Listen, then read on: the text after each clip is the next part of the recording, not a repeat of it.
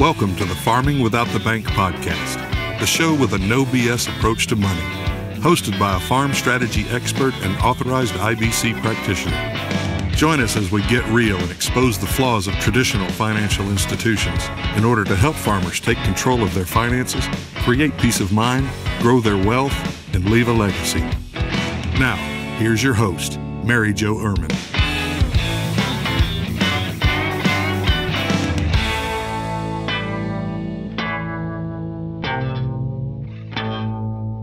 Hello, and welcome back to the podcast. Thank you very much for being here. Today, we're going to do something a little bit different. This is the first podcast of different because, y'all, I'm running out of content. I think that there's more to talk about in farming than just farming without the bank. If you need to know something I've already talked about, go back and start from the beginning. But I want to talk about diversification. And so I am going to start bringing guests on that are talking about, that are doing things differently in the farm sector and the business sector. And we're going to explore those options. So thank you, Cody and Mel, for joining me during Christmas season. Thanks for having us. We are excited to be here. So tell me, let's start with this. How in the world did you get into Christmas trees? Or tree farming in general? I'm going to let Mel touch on this. She's got a good story. I do have a good story. We live 2 miles from our tree farm that we currently own, and we raise beef cattle. We both grew up on registered shorthorn cattle farms. I grew up in Nebraska. Cody grew up here in Minnesota. And we heard that this tree farm down the road had 2 fields on it available for rent. So Cody said, I'm going to go over one morning, and it was a Saturday morning. I'm going to go over and talk to the owner and rent these 2 fields to make hay. Because anytime you can find a hay field close to home with livestock, you jump on it. So he left early one Saturday morning to go talk to the previous owner about renting these hay fields, and he did not come home till after lunch. And he came home wanting to buy the whole farm. I said, you want to buy a Christmas tree farm? And his response to me, it's way more than a Christmas tree farm. Well, so the 2 fields that we were looking at to rent were very small. They were fields that none of the bigger farmers wanted, because I think one was 8 acres and one's 9 acres. So very small, would have been perfect for making a little hay. But when I got over here and Ron said that, I said, my first thought was, or my first comment to him was, I don't know anything about trees. Why would you want us to do that? And he said, well, you and your wife know about running businesses. And at the time, I had started a soil health consulting company and was consulting on several thousand acres across the Midwest. And Mel had a hair salon. On top of that, we farmed mostly cows, but a little bit of row crop as well, which we still do. And yeah, Ron took me for a little walk through I guess it's a 72-acre tree farm. And this was in 2019. And we walked through it and looked at it. And I thought, well, I could probably handle this. And we had been running everything that we had on rented ground. So even the place that we live at was rented. So we had been trying to buy our first property. I just did not think it was going to be a tree farm. And so it took some convincing for me. I was not sold that Saturday morning on this tree farm. Really? Mel, you're so entrepreneurial. I would have thought that you would have been like, game on, let's go. No. It took 2 weeks to get her to come look at it. We're 2 miles away. Yeah. I was like, Cody always has ideas. I thought, all right, this is one. He has completely fallen off of his rocker. I need to reel him back in. Like, this is absolutely not. I would plant flowers every summer, right? I'd kill him. Like, I couldn't keep flowers alive. I thought, you want me to go look at a tree? Like, I'm going to kill every tree on the property. I didn't even know the difference between a maple tree and a pine tree at the time. That maybe is a little exaggerated, but a spruce and a pine, I couldn't have told you the difference. So finally, he convinced me to just humor him and come meet this man and walk through the farm. So I did, and I flat out asked him, why do you want us? Because he kept saying, I want a young family in the area. I said, why do you want us? And he said, it's a business. You both run a business. You have a business. You'll learn the trees. And I still was like, no, not for us. Did he help you get started and help you kind of with that beginning process, mentor you a little bit?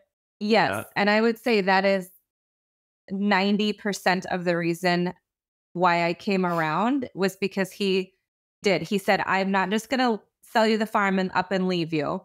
I will help you with everything. He actually, to purchase the farm, he gave us, we took out a loan, part of it through him. So little creative financing. So Correct. Part through him, part through the bank.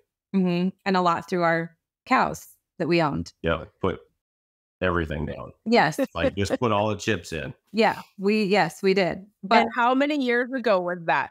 This was 2019, so just prior to the COVID years. so when he promised us that he would come around and be here, 2020 hit, spring of 2020, COVID, and the previous owner was living in Montana, has a place out in Montana, also has a place in St. Paul, Minnesota.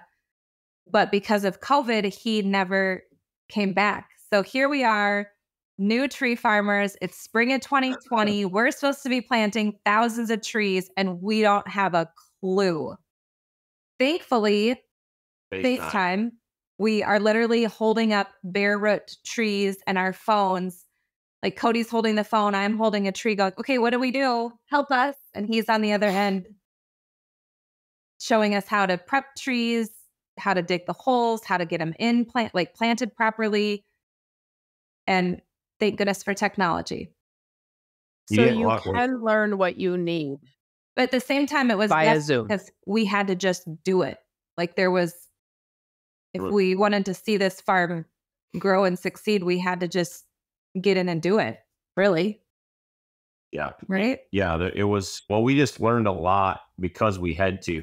We didn't have an opportunity Ron was supposed to be coming back, but because of the circumstances, obviously he couldn't. We had his verbal communication and his head knowledge. Yeah. But to physically be here showing us, I learned by seeing and doing, but we had to just do it and then have his verbal communication to teach us. When you bought the tree farm, what was it? Just trees? Was it actually Christmas trees? Good question. Or was it just landscaping trees? No. So our main business is transplanting trees. So we grow nursery stock that we hire another company. It's a father and son who previously worked for Ron. We hire them and they do all of our spade work. So they come into the farm, spade out the trees. We line up the jobs. Say somebody needs a new tree line or a new grove, or they just want a new shade tree in their yard. We grow maple trees, spruce, and pine. So that's our main business, is the transplant work. The Christmas trees for the previous owner were kind of his side hobby, if you will. He enjoyed the people and growing Christmas trees for people to come to choose and cut their own. When Cody talked to the previous owner, he mentioned starting a pumpkin patch and growing a fall festival. And that's where Ron knew that the farm had potential to grow and be more than just a transplant tree, Christmas tree farm. So that's why he encouraged a young family in the area to come in and grow the business. So Cody kind of took off with that and came up with new ideas to grow a fall festival. And now we do that roughly 7 to 8 weekends in the fall, and then flip and get ready for Christmas tree season. So that first spring of 2019, I took one of those fields. I called a pumpkin seed grower dealer and ordered 8 acres of pumpkin seed, which I didn't realize 8 acres of pumpkin seed was that much, but a lot of pumpkins. The guy asked me right away. He said, "Have you ever grown pumpkins before?" I said, "Never." He's like, I'm going to send you 4 acres worth of seeds. So luckily that's what we did. And that's still where we're at. This year, I think we were a little over 5 acres, but now we're just trying to move them around the farm. So for instance, we get through a spot where we we get a bunch of big trees spaded out, and then we'll come in and grow pumpkins there for a couple of years. And then that's where we're going to plant new trees moving forward is in the old pumpkin batch, and we'll just keep moving that around. So kind of using that for some diversity. So what is the difference between, you said you're growing Christmas trees, but then you also said something about transplant. You treat them like they're different. Like a Christmas tree is different than a transplant tree? Yeah, yes. They are. Is it not the same thing? No. No. So we Great. Because I didn't know that before either. I thought every evergreen could be a Christmas tree or what am I trying to That's say? what I thought. In a tree line, a grove. Yeah, so I thought I've seen spades go in and out of this place before, or driving down the road Prior to us buying it. I just assumed that they were a byproduct. The transplant trees were a byproduct of the Christmas tree deal. Turns out it's the opposite. There's trees specifically designed for transplant nursery, especially on the evergreen side. And then there's trees specifically for Christmas trees. So a lot of your firs, we grow some Fraser fir, balsam fir, Canaan fir, or Canaan. I'm not sure exactly how it's supposed to be pronounced, Canaan. And then there's some pines. We can't grow white pine here because of wait a minute. Do you know the difference between a pine tree and a spruce tree? Well, I'm going to say no. I mean, I probably thought I did before today, but I probably have no idea. You're long. I didn't either. I just know that we like blue spruce around here. Okay. And I don't like the big wide needles. Like, I hate them. They die, they turn brown, they make me mad. The long needle are the pine. Yeah. So your blue spruce are not pine trees. They're spruce. They are little blue spruce. There's also Black Hill spruce. There's generally a shorter needle tree. Those are the most common trees for nursery and transplant. They are not bred for needle retention. So there's fir trees like Fraser fir, balsam fir, Canaan fir. There's several other varieties that are bred for needle retention, meaning they'll hold on to their needles after they're cut for a long time. Hence, Christmas trees. You want one that has good needle retention. What about the trees that are really soft? Firs, Sure. soft. The Christmas trees that are really soft. Soft, and smelly, soft, good scented. Those are the fir trees. They're also the ones bred for needle retention. We're trying to separate our Christmas trees from our transplant trees. So when people come to get a Christmas tree, they're not taking the spruce trees that don't have the needle retention like that the firs do. However, we put up a fence and people get here and they're like, but I want to go across the fence. I want those trees. They're big and full and beautiful. We're like, no, they're not. They're prickly and they'll die in your living room before Christmas. I had no idea. But if I want to have a row of Christmas trees outside, I can have a shelter belt of Christmas trees and that's totally fine. Correct. But you can't go the other way. You can't just cut any tree into the house. Right. But if you want something hardy, you would want like a Black Hill spruce. They look the same. Mm-hmm. So there's no reason for you not to plant Black Hill spruce or blue spruce, like you said, to make that line of trees that look like Christmas trees, because every area's got trees that are going to be more designed for a certain environment, but those two seem to be pretty adaptable across different landscapes. Ponderosa pine. That's what they plant around here, and I do not like them. See, I think they're really cool. I like the ponderosa pines, but they die, Cody. After the winters, after a hard winter, they're all brown. Are you sure that they're dead, or are they just dropping their third-year needles? Well, they're not. It's like they're burnt. Like the needles are brown and the tree looks like it's dying, and then the needles fall off, and then you got this crappy looking tree that's not full. And it's just like, I just don't like them. Like they're not a nice looking tree. So most of your pine trees are notorious for going through long spells where they'll drop their third-year needles. Every year they're going to drop their third-year needles. So they'll drop them and they'll go through a spell where they look really brown and kind of ugly looking. And then if you look around the bottom of a pine tree, long needle pine tree, there's always needles everywhere, brown needles on the ground. So that's what's going on. They're not actually dying. It's just part of their cycle that's going on with them. Pine trees are not usually the super thick ones. Now, like a white pine that's made for Christmas trees, the way they're pruned to be thicker. But like a ponderosa pine is never going to be a real dense, thick tree. Okay, so now that brings a whole nother question. When we bought our acreage, I was like, oh my gosh, we just love trees, right? Because we're in North Dakota where there are no trees. And so I'm like, we need to have a tree farm. Because we need to plant all these trees and then we can sell trees and do exactly what you guys are doing. And then I started researching and I'm like, oh, you can have Christmas trees. And then I realized that I'd have to talk to people all day and deal with the public. I'm like, yep, that's not for me. And then I watched a video about them like cutting the trees so they look perfect. And they're like this beautiful Christmas tree. And I thought, oh my God, that looks like a lot of work. And we had 100 inches of snow last year. And I thought, how are you going to prune a tree when there's 100 inches of snow on the ground? This may not just be the best idea ever for North Dakota, but do you have to actually cut? Like, are you out there with the big slicer thing to make your trees all pretty shaped? Yes. Yes, we are.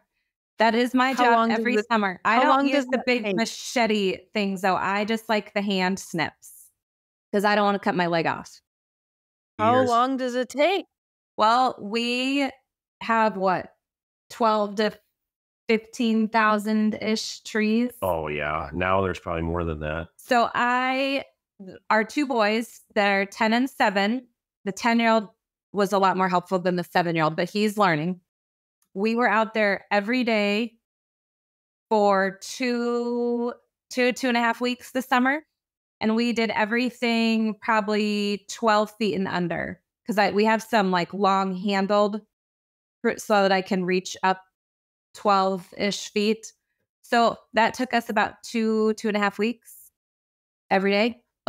And how do you have to do it every year? Mm-hmm. And then some years we will have the crews come through with the machetes. We've done that a couple times. We probably need to do that again. And especially on the Christmas trees, we don't necessarily need to do that on our transplant trees. But on the Christmas trees, you can get them by shearing them like that. You get them to grow a lot thicker. A lot of times too, there's some that just need leader work, meaning like that one branch that sticks up the top. That's called the leader. There should just be one of them. Sometimes the second one will shoot up, so then you got to cut that one off just to make the one. So a lot of times they just need that. Like the smaller, probably 3 to 4 foot trees, because you want them to keep growing out and full. How many Christmas trees do you sell a year? I would say between 450 and 500. And you're planting Christmas trees as a stick? Yeah, that are about a foot tall, bare root. How long does it take to get that tree from bare root to selling? How 8 many to years? 10 years. It's not like a cash crop that you plant in the spring and harvest in the fall. No, but I feel like Christmas trees are expensive enough then. I mean, you put 8 years of love into it. Yeah. And so I feel like they could probably be a little more expensive. I was going to say, so when you do the math on it, they're not expensive from the grower's standpoint. No. So here's a little bit. So what is the price per foot? Yeah. So $16 a foot is what we charge. And it doesn't matter what kind you take. We just do flat across the board, $16 a foot. So if you want to do some math, our goal is to grow about 800 trees per acre. And if we can get those trees to grow a foot a year at $16 a foot, it turns out to be pretty good growth on a per acre per year basis. How do you get them to grow a foot a year? Just water? Rain is really helpful. We didn't see any of that this summer. This year we had 6,200 of rain, I believe, right around there from whenever it quit raining in May. I think it was May 12th, somewhere in there, till August 8th when we had almost 3 inches. But We went that span with 6,200. So this year we got into a little conundrum with trying to run the irrigation. We got power out to the wells or a lot later than we had planned. We were supposed to have power to the farm in April so we could start irrigation as soon as spring planting was finished, but the power line company didn't get power to our farm until mid-July. And by that time, we had already lost a lot of the trees that we had planted. So we tried to plant like 3,500 to 4,000 trees between Christmas trees, nursery trees, everything a year. That's including maples too, which we haven't talked about the maple trees at all yet. But we literally got everything going and the pump ran for 30 minutes and we ran out of water. So now we get to dig a pond in the spring. Oh my gosh. So if you would have come to us, so let's talk about those. We would have probably sold you our tree farm.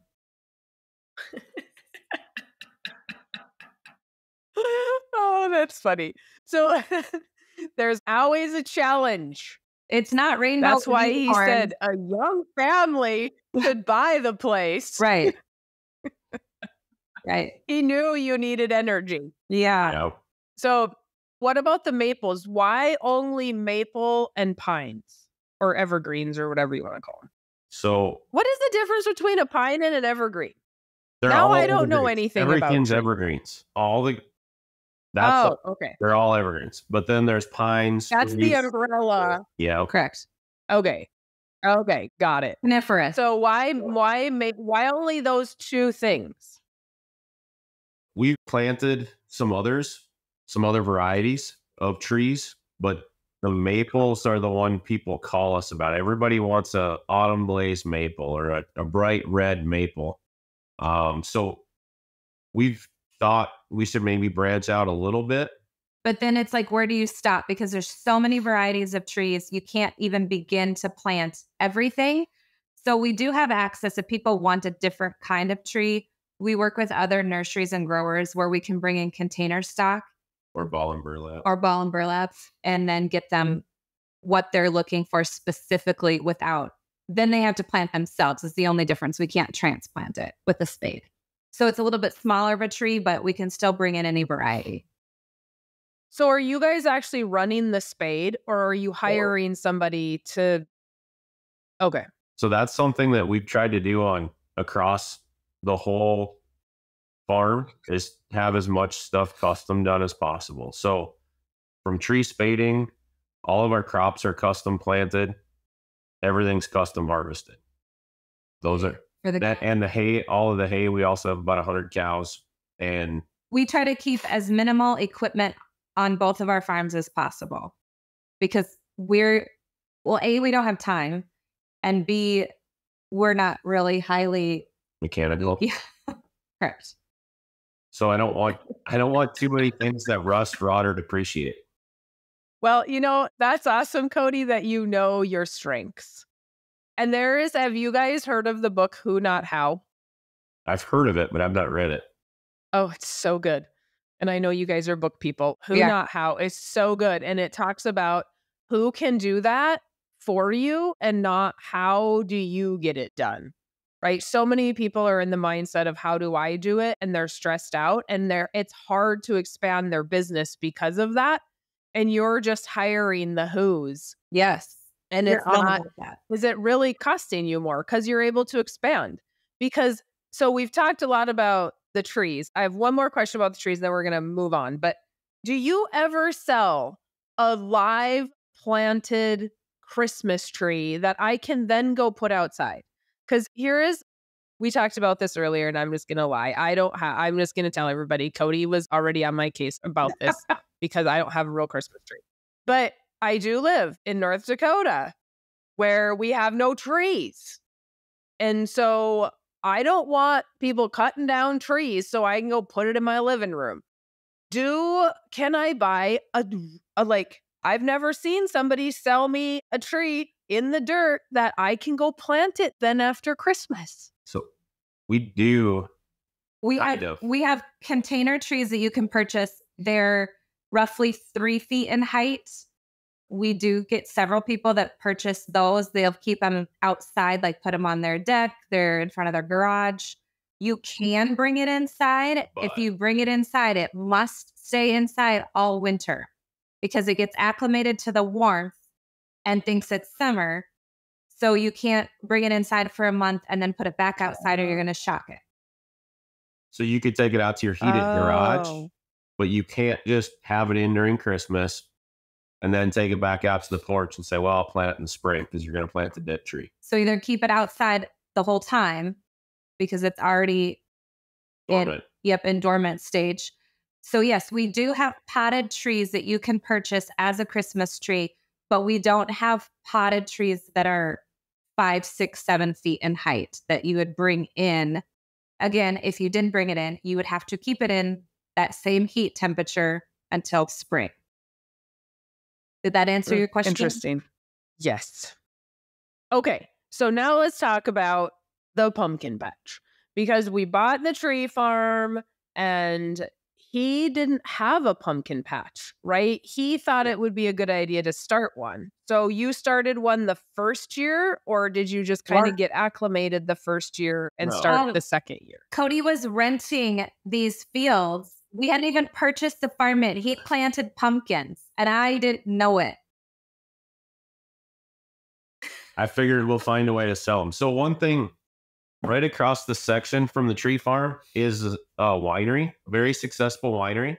And it's not your typical, what you think of, like get some cheese and crackers and sip on wine winery. They have the best pizza you've ever eaten in your life. And it's not just pepperoni supreme. Like they have many varieties of pizza.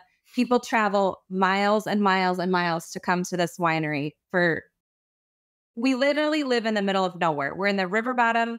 In the Minnesota river bottom, 2 hours west of the Twin Cities, 2 hours from Watertown, South Dakota. It's beautiful. Like if there's one thing positive about where we live, the area is beautiful, but we're near nothing. Like for people to come to the winery it's a big deal. Now, time out. We're down in this valley in the Minnesota River Valley, and we're right between like Granite Falls and Redwood Falls, which you maybe aren't familiar with, but they're little larger towns in the area, but I'm talking like 2,500, 4,000, something like that.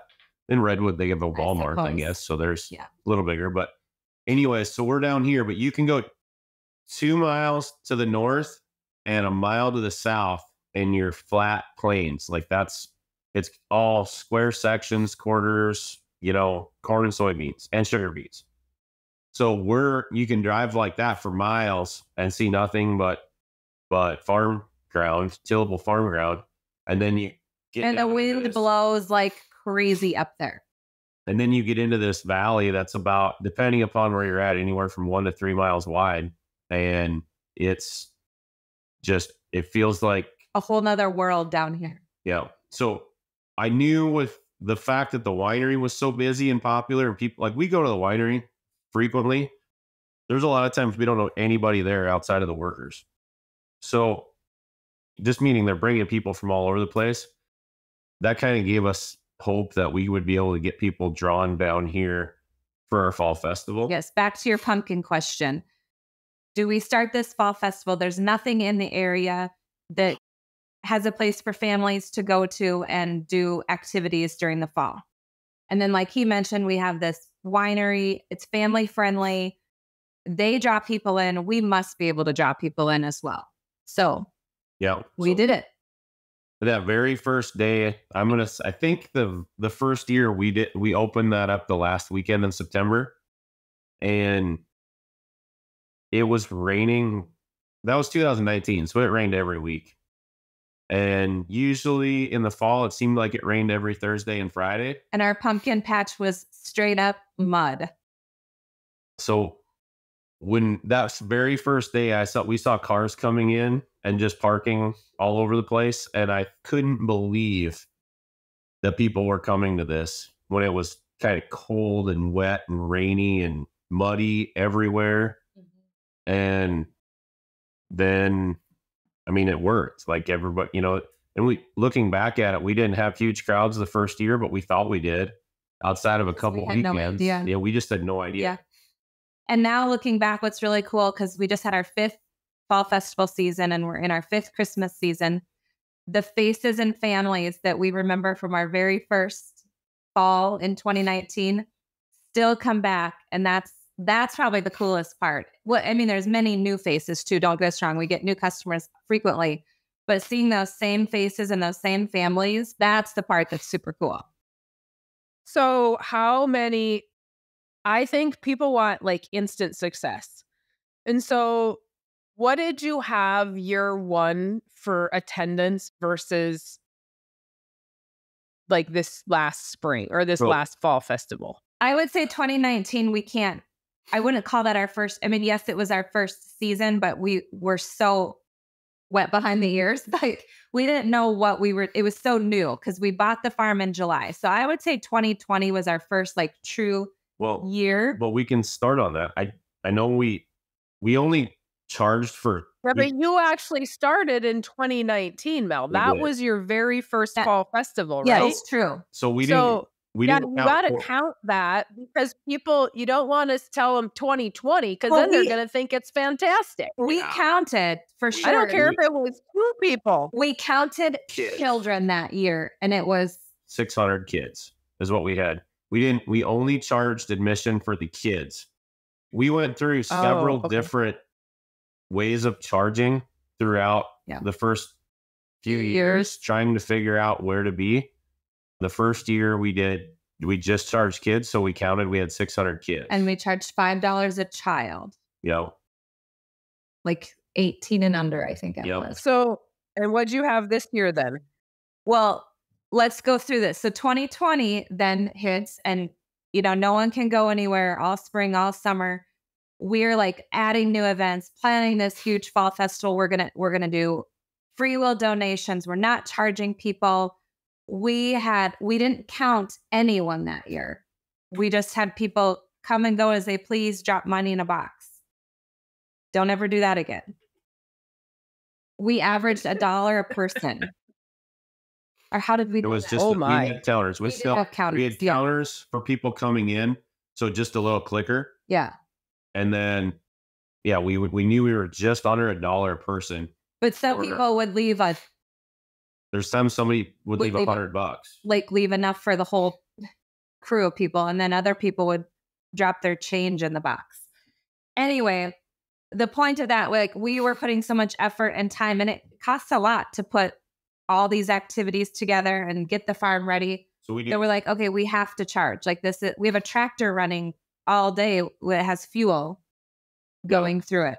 We have one of the fields is always a corn maze. This last couple of years, we've actually done 2 corn mazes. So obviously you're not going to get the same yields in those corn mazes that you would if you just planted corn. So 2021, then we went to $5 a person. And then 22, I think we hit $10 a person. But we capped immediate families of one household at $10 because we know. No, $40. Or I'm sorry, $40. Because we know families have 3, 4, 5 kids. We wanted to make it affordable, not deter people from coming, but yet we still needed to cover our costs. So that's what we've been at, $10 a person. Last fall of 22, we had around 6,000 guests the entire season. This last fall, we were down to about 4,500, but we had some really bad weather. Like we had one weekend it rained the entire weekend. Couple weekends it threatened to rain the entire weekend, even though we didn't get any. Right. And then just cold. Yeah. We had some very cold, windy weekends. So our numbers were down, but talking with people, we still had a lot of new faces, a lot of familiar faces and same faces, but the weather was tough on us this fall. Here, do you guys have like our pumpkin patch is just ridiculously busy. I won't even go because there's too many people, but they come from all over the state. Mm-hmm.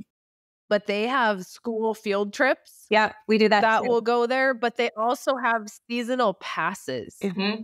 And so they sell seasonal passes because people want to go several weekends, and take the kids and stuff. Yep. So another idea if you don't have seasonal passes. We've heard that a lot this season. So we're working on that for next year, actually. We do the field trips. So 600 to 6,000. Yeah. And okay, you didn't count the parents, but still. Right. I mean, even if everybody has 2 kids, that was 900 people. Right. And from 900 to 6,000, that is in 5 years. Mm-hmm. In a town of, how many people live in your town? I think that 500. I didn't ask that question. I'm glad that Cody brought that up. So a town of 500, because people think I need to live where there's a lot of people to do this stuff. And I remember when you guys bought the farm and you were talking about it, and I was like, well, I don't think it matters, because people will drive 3 hours in North Dakota to come to Bismarck's pumpkin patch. Like, it is, and they'll spend the whole day, and they might do it twice, and then they spend the night. So it is an entire weekend activity. And granted, they go shopping and they do other stuff while they're here, but it's a reason to get out in fall, and it's Kodak moments, and it's all the things that people are looking for. We've learned that people they feel like they're going somewhere if they have to travel to get there. Sometimes we might be too close to some families. Other families love that it's just down the road. That makes sense. We get more business from people 30 to 45 minutes away than we do 10 minutes away. Don't get us wrong. We definitely get business from close locals. But yeah. And we appreciate that. But definitely the majority travel to get to us. Cody, I forgot to ask, how did the pumpkin planting go? So he sent you 4 acres instead of 8. So how did that all turn out? Do you still grow your own pumpkins? Yeah, that's the one thing. So I bought a John Deere 7000 6-row planter. That's the equipment that we own.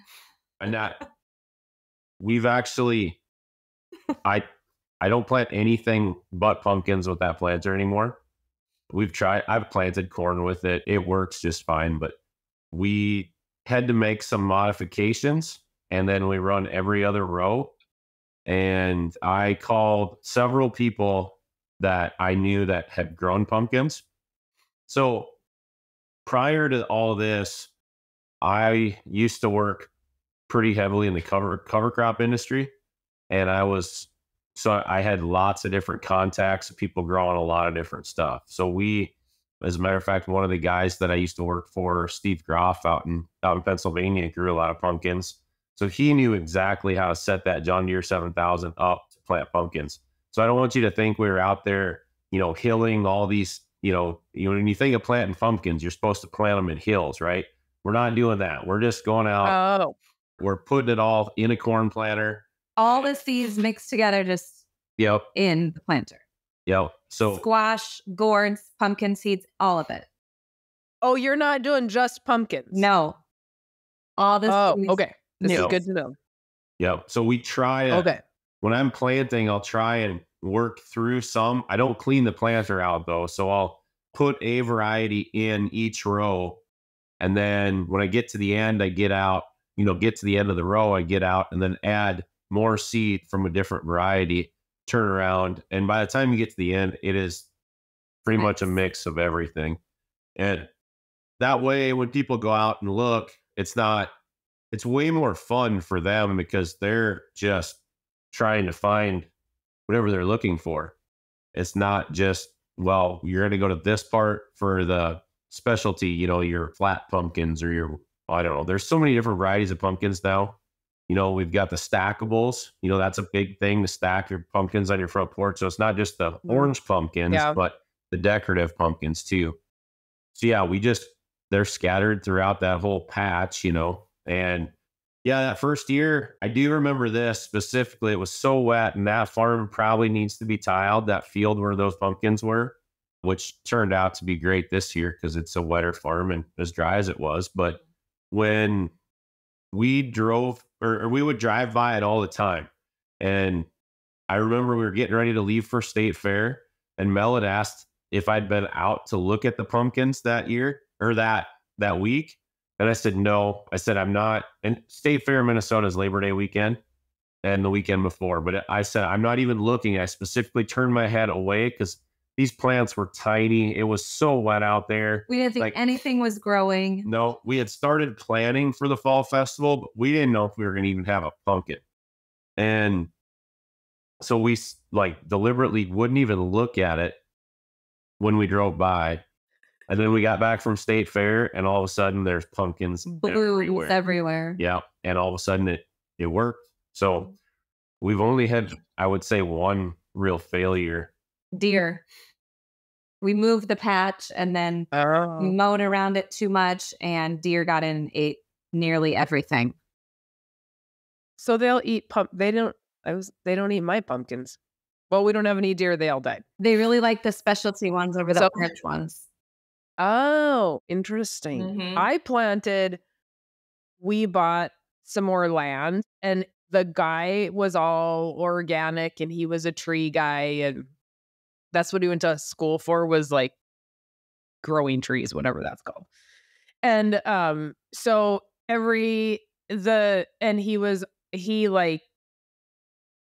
he was just super smart with his soil. So anyway, I put some pumpkin seeds in, and I put these jack-o'-lantern pumpkins in, Mm-hmm. and we put them in late, and they grow, and they're not taken off because we forgot to weed it. We're doing construction. We get all the weeds out of there. All of a sudden, just like you said, they took off. My pumpkins I couldn't lift them. They were so ginormous. I'm like, what? Did I plant pumpkins? I had to go back to the pack to make sure that's what I planted, because I have never seen pumpkins so big in my entire life. But I have another client who they also have a pumpkin patch, and they grow their own pumpkins, which I have found that to be abnormal. Most pumpkin patches will buy pumpkins and bring them in and just resell them. You don't get to actually pick them off the vine. It's just, you just go out into the yard and put your pumpkins in a basket or into a cart, We've had to do that too. We do that. That's our after school activity, the boys and I. Every day they get off the bus, we go out to the patch and pick and bring some up to our pumpkin pen, because not everybody likes to go out to the field and cut them off the vine. They want to go, yeah. Right. These, like Bismarck, they don't grow any. Zero zilcho. They're all brought in. But my other clients have mentioned about how it's hard to grow pumpkins because there's a fungus. Yeah. And so you just don't plant them. So because I was complaining about how expensive they were. And she said, yeah, but they're not easy to grow. And so that's why they're expensive. That's right. That's why we move the patch around. Like, you can grow pumpkins in the same spot for 2 to maybe 3 years. And then you got to move to another spot. And to keep the weeds out of them, like, we hired 2 people this summer to come literally walk our patch with a hoe and weed it. Because you can't just go in and spray, because you can't get it on the pumpkin or on the vine even. We can spray for grass, but I can't spray for other broadleaf. And otherwise it gets to be such a mess. And then when it's so weedy, nobody wants to walk out there to get a pumpkin. So yeah, a pumpkin patch is a lot of maintenance. So again, you get what you pay for. Nothing comes easy, Mary Jo. It's a lot of work. I know. Why? Why does it have to be so hard? Okay, so what else have you added? So you've done, because he always had the Christmas tree farm, but I'm just guessing that that's been at the Christmas tree portion. So you added the fall festival. I'm guessing you expanded the Christmas portion as well. So we've expanded like our market area. He retailed like outdoor porch pots, wreaths, did he even do garland? I think he did a little. Some garland. So we have expanded the market retail area and have made apparel, canned jars, like jars of salsa, sauces, glazes, honey, syrup. We try to get everything locally sourced. So you have a little store. We do. Okay. So you can come get, like, I'll put gift baskets together of all of these items. People can purchase those. Another local family, they make wooden signs. So she does like wooden Christmas signs, ornaments. got a chainsaw carver. Yeah, we have a chainsaw car. He comes out during our fall festival and just is out in the field and does chainsaw carvings. Cool. We have horse-drawn wagon rides, which the previous owner always did that, and Santa and Mrs. Claus. So for our fall festival, we added on our market, which we put in a kitchen. So we serve food, right? It's all cooked. It's like a concession stand license that we get, and then we serve food right out of our kitchen. So it has to be cooked in a different kitchen, but then we can bring it and reheat it here and sell it. And we had to do that. Okay. In 2020, we had 2 different vendors, trailers, food trucks that were here. And one of them was serving, smoked tenderloin, smoked brisket, like really good food. And then the other one, nothing against them, but it was your it was typical more like your fair hot dogs, corn dogs, nachos. Which is good, but when you're expecting to come get a brisket sandwich and you end up with mini donuts. Yeah. So then we decided that we just needed to expand our market area, and then we could add the kitchen. And then the first year after that, we got food from the trailer, basically that was had the brisket. And now we've switched a little more local for that. We also have added the VRBO.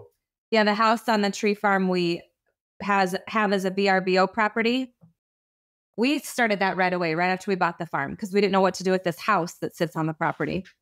And we've had good success with that. We can block it when we need to, because the guys that run the spades, that do all the spade work for us, they stay in it when they come to work, because they come from Mankato, which is about an hour and a half away. Each fall, we try to add a new activity, 1 or 2 new activities, so that there's something new for the customers to see, have excitement for, to try out the new thing. So we have a couple zip lines. We have a fire pit with s'mores that you can make. We have the 2 corn mazes. One maze. Oh, that's a good idea. Yeah. One maze has a scavenger hunt in it, wagon rides that take you to, because we had everything spread out. It never feels crowded on the farm. We spread it all out through the 72 acres, bouncy houses, a bin with corn in it, hay bales to play on. We added a hamster wheel this year, which was a hit. Oh, our cabins. So we have one cabin that we had built last summer out in our tall pines. And we're going to add hopefully 3 more and then have like a little camp. So you can rent a cabin on our VRBO to just be out in the woods, like camping. And we want to potentially put in a few RV sites as well, right here on the tree farm. This is why I never talk to you guys, because you're so busy. You don't have time. Last summer when the trees were dying, when it wasn't raining, we're like, what can we do with this place that doesn't require tree growth? Yeah, well, and the cabin thing, because you're so far from somewhere, I would think that would be nice if we're just going to come in late, stay there, leave the next day. If we want to go have some wine and then go to the pumpkin patch, like it works really well with the other businesses in the community. Right. But have you maybe haven't listened to, I did a podcast with Rebecca Undum, and she is huge. She has a huge organization called Growing Small Towns. And she is all about taking a town, like a very small town, and bringing stuff back to it, and how she has done that here in Oaks, North Dakota. And it's so, like, her story is awesome. And so it's kind of like what you guys are doing is, hey, let's get people to the town, and then you can just keep adding those things, We currently don't have power or running water at them. Like, this would be true glamping. I mean, you have a roof and 4 walls. Is that somewhere you would stay without power or water? Or would you, if you could have one or the other, which would you choose? I am a little too bougie for no water and power. However, that doesn't mean I've never been in that situation. And so and there are a lot of people that like just that, right? Or the campsites, I think, are a great idea. Because people are pulling their camper through, they're going to come on their way home or whatever. Like, campsites are easy.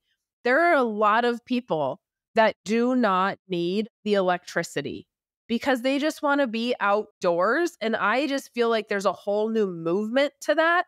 And so what's the worst case scenario? You don't put it in and then see what happens. I mean, all the clients that I have or the people I've talked to with short-term rentals that are glamping sites, they're busy, or they'll have a community shower, they'll have a community activity center, and it works well. You typically don't see that. I will say this, you typically don't see that in the cold states. Right. That's typically something I see in the southern states, but that doesn't mean it can't work. Worst case scenario, you just add your electricity later. I'm with you on the water. Like put the wiring in. Yeah. Okay, so put the wiring in, just don't hook it up, you know? So we have the electricity fairly close now since we got to where the cabins will be, since we got electricity to the springs for the irrigation. So getting electricity there is not impossible. There's also a way to get water over there because we have underground water lines throughout the whole tree farm. So although it might not be, I mean, I have ideas of how we could set up a kind of a community shower like you're talking about. We've had all kinds of different, I say I'm with you. Like, I want to brush my teeth and wash my face before I go to bed, not with a bottle of water dumped across my forehead. Yeah. So yeah, I don't know. As I get older, that doesn't sound fun. When we were younger, it didn't matter as much to me, but as I get older, so if you ask what would I want, well, that's what I would want, but I'm probably not your ideal client in that situation. We also are not our ideal clients in that situation.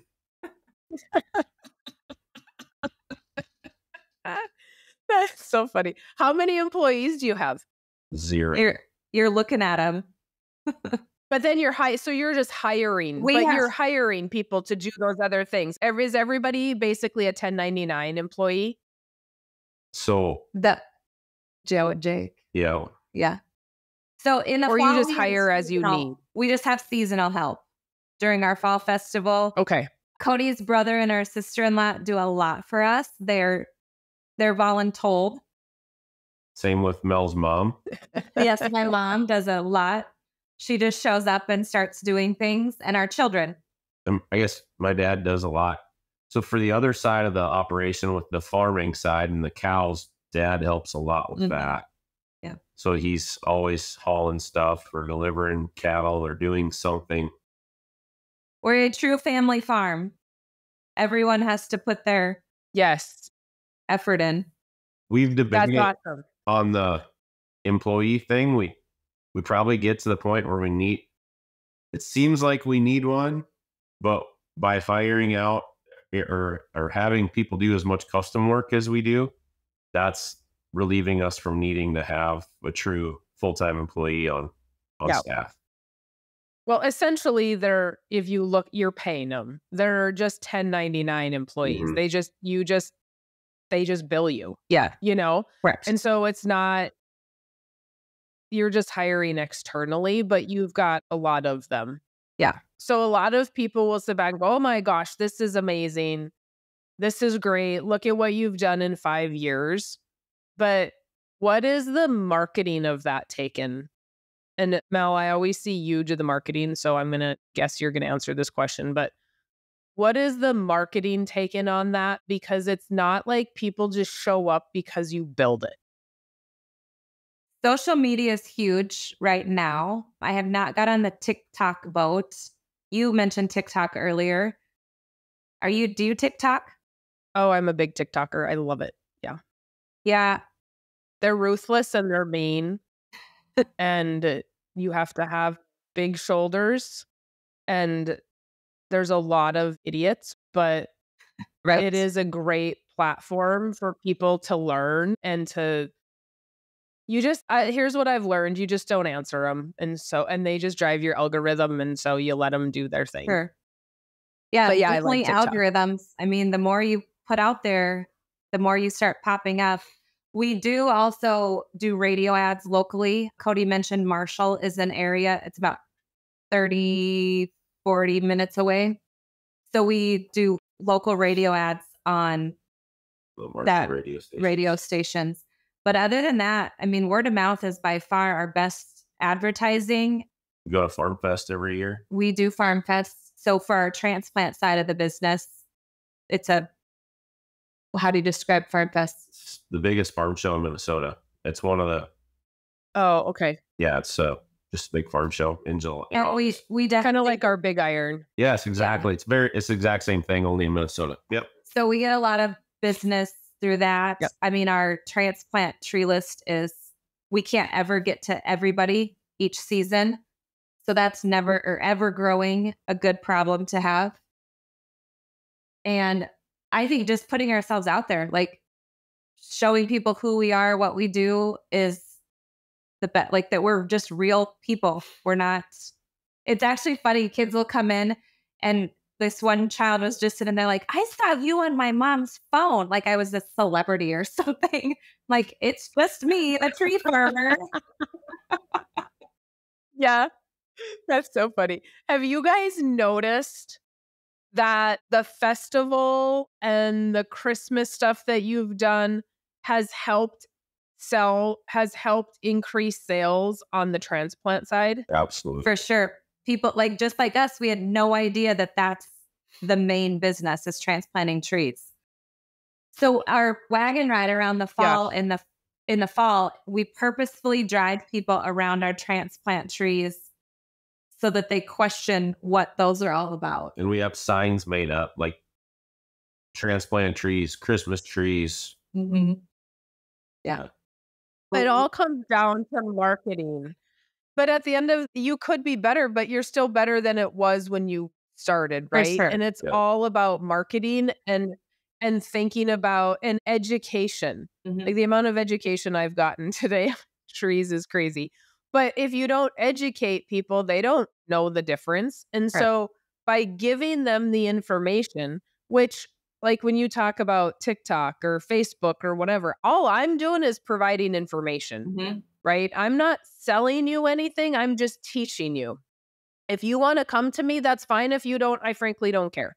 Does not matter to me. But somebody has to educate because there's not people out there doing that. Correct. They're saying, hey, go buy a Christmas tree. Well, hey, I don't want the ones that poke me. I want the soft one. I don't know what the difference is. And we were talking too about, I messaged Mel yesterday on Facebook because I had this great idea for her, because I do that from time to time for my clients. And I'm like, oh my God, this is a great idea. And to take everybody is boiling pine needles from their Christmas tree with oranges and cranberries or whatever to make their house smell. That's what I'm seeing on social media. And then Cody comes in and says, but that's that you want this tree for it to smell good. And you want this tree for pine sol. And so there's just so much information out there that if you can be that source that's giving it, then you become the expert, right? Mm-hmm. Right. Yep. That's what I love about our field trip groups. We get probably a dozen field trips each fall. And having the kids, I mean, they range in age from kindergarten up to 8th graders, probably 6th, 7th, 8th graders. Just some kids have never even stepped foot on a farm, and showing them the different varieties of trees and how they're grown and that they take 8 to 10 years to grow. That we're hoping that we just even like teach a handful of kids, a group, that maybe go home and share that with their families or their parents. And then in turn, they bring their families back to the farm, either for our fall festival or Christmas trees or a transplant tree. So one thing that when we first got started is we'll call it agritourism and some of this stuff. The one thing we had came across was try to have 3 different things. Try to get your customer to have 3 different interactions with you a year. So our one was obviously, well, the big one is the fall festival and Christmas trees, where they're actually coming to the farm. And then the third one's probably, the transplant trees, which obviously that's not for everybody. That's a select group of people that are doing that. But that's one thing we've been really focused on, is trying to interact with them 3 times. Well, and you've got 3 things bringing in income from one place. It's not like you have 3 completely different businesses. It's all one. And so you're not so spread thin that they're not successful. You're just looking at 3 different areas. I think people think I need 3 completely different businesses. Well, if you can't, my theory is if you're going to start 3 businesses at the same time, you're going to fail at 3 businesses. And so you do one thing and you do it well and you expand on that one thing and you're fine. And You're going to see success. To go off that, oh, yes, that is 100% accurate. When we bought the tree farm, Cody had a soil health consulting business. I had my hair salon, and we have this tree farm And the cows. Yep. So we actually had 4 different entities going. And we learned quickly that he had to give his up first, his soil health consulting business, because you can't run 4 businesses well. Then it was my salon. I couldn't do it. I could not run this tree farm and my salon successfully. So I retired from doing hair. And now here we are both full-time at the tree farm, and Cody runs the cattle business. That was my next question, is how long did it take you to quit your jobs or end your other business? And were you financially even with the income coming from those when you quit? Okay, so one thing as we were in this transition, my dad, who's not a businessman, I would say by any means, but he made the comment to me, you can have one business and you can have one job and a part-time job, but it's really hard to have 3 of them. So that was one thing he really focused or pushed to me, was like, figure out your 2. And so let's see, in 2019 is when Cody started his soil health consulting business. Like January 1, he stepped off of a payroll from anybody and started his own business. So now I had my own business for years. So now we're both entrepreneur, 100%, not receiving a paycheck from anyone but our own efforts. Yeah. And so I started that January 1st, obviously had plans ahead of time. So I had several thousand acres. I think it was about 35,000 acres lined up that I was consulting on, and started that January 1st. And then we bought the farm in July of 19. So it's like, well, out the year. And then it was like, because he was traveling a lot, going to these farms. So he said, you have to cut back. So 2020, you kept like a handful. Yep. And they were ones he'd been working with. He could go to their farm once or twice a year, email, call, whatever. Yeah. And then 21, that was it. We made it through Christmas of following Christmas of 2020. And we both decided I could not stay in the salon. Like, it was not, I couldn't even handle it, actually. So we decided August of 21, I could be done in the salon so that I could be at the farm for fall and Christmas season. So Mel's schedule specifically in the fall was, she was at the salon Tuesday.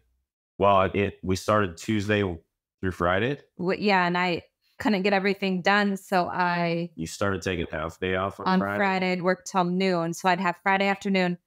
We'd be open, and then Saturday, Sunday be open at the farm, and then Monday was my day to do booking of the tree farm and do books of my hair salon. And I just I literally never had a day to go get groceries or to.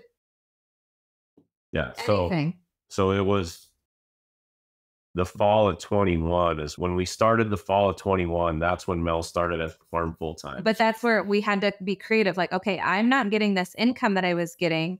Yes, I need to be at the farm. So that's when we started field trips. We expanded our market so that we could have more retail. Were you replacing that income at that point? I'm a huge budgeter, so I knew what we needed to bring in to the tree farm to reciprocate what I was doing and make everything pay our bills and have money to live on. And so the other thing that we knew we needed was somebody to call all of our tree customers. So I was running around trying to line up projects, but we weren't letting our tree customers know when the trees were showing up. We weren't having any. We had no office manager organization. So that's the other thing that Mel has been able to do mostly is like just control some of that to make sure that she just when we're busy in transplant season, she just tells me where to go, what places I need to go to, and who I need to go see, what projects we need to line out, tree projects we need to line out. And that's all stuff that she was able to step in and do it while we're at the tree farm or having somebody here. Right. Because you're either losing money because they don't know the trees are there. Or you're making money because she quit her job or closed her other business so she can run this business. But that is the reason I asked that question is because the biggest question people have is, when do I make the transition from my job to my business full time? And what most people don't understand is they don't know their numbers, right? They don't have a clue what their budget is. But if you know your budget, your business is capped with whatever your time is. And so if you give it more time, it explodes. It's that not ever taking the leap over to live on less to get more later is what people aren't seeing. They're just saying, oh my God, I can't take this short-term fall. Well, and you guys went from probably having insurance to not having insurance as well, like health insurance. Everybody's all scared about health insurance too. And what are we going to do about that? And that's a whole nother topic we don't have time for, but there's health sharing and there's all kinds of things to do in that regard. But I feel like it's important that people talk about that because they just don't. Like they're just, everybody's so stuck in that and they want to tell us all about their successes, but we don't ever hear about how hard it was.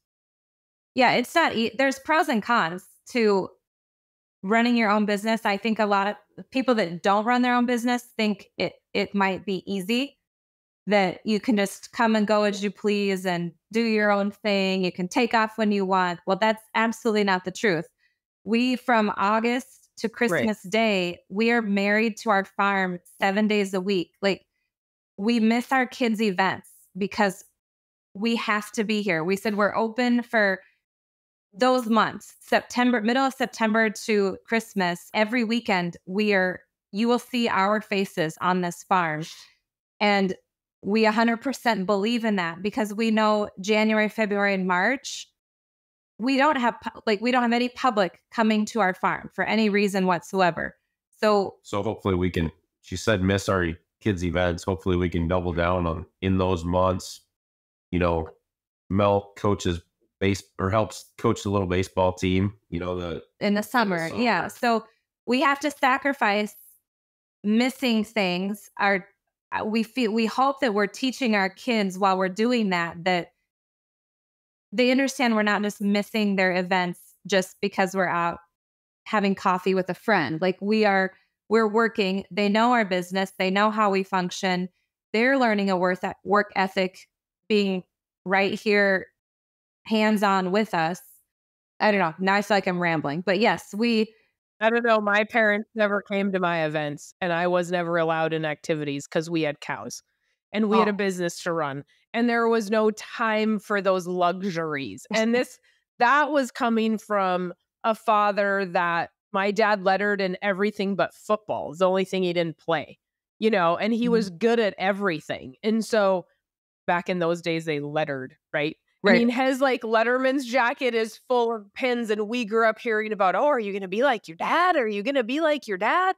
And he didn't even allow us to play sports hardly. And he's definitely not coming to the game. Cows are calving. And I'm like, and we lived without our parents being there. Like, I tried to play in band and I couldn't even go to school to practice. I sucked so bad at it that I just quit because I'm like, they can't even get me to the school to practice, and then they're not even coming to a concert. Like, what the heck? But it wasn't what was important to my parents. And I don't regret that at all because I know how to run a business and it's not like I was going to make money playing saxophone. And so anyway. Well, we definitely, I need to children and hope that, we try to be at everything we can, even cattle shows.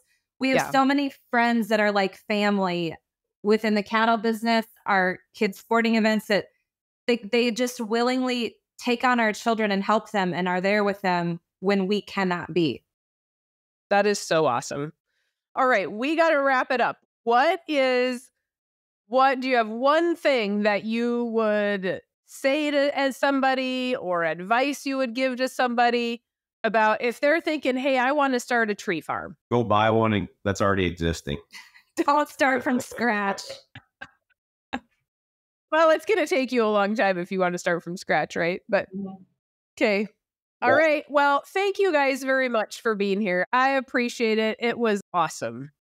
Thank you. Thank you. Take the leap of faith. You're welcome. Trust the Lord and just do it. Very good. I love it. All right, you guys, you know the drill. If you have comments, questions, concerns, Mary Jo at withoutthebank.com. If you've not gotten the book, go to farmingwithoutthebank.com, grab the book. If you are a client and you have not registered for the conference yet, register for the conference. Check your emails. All right, that's all I got. Otherwise, you have a fantastic rest of your day. Thanks for listening to the Farming Without the Bank podcast. We hope today's episode has inspired you to take control of your finances in new ways. Don't forget to check out our website, farmingwithoutthebank.com, and engage with us on our Facebook page, Farming Without the Bank. Join us next week as we smash more financial myths and empower you to accomplish your financial goals.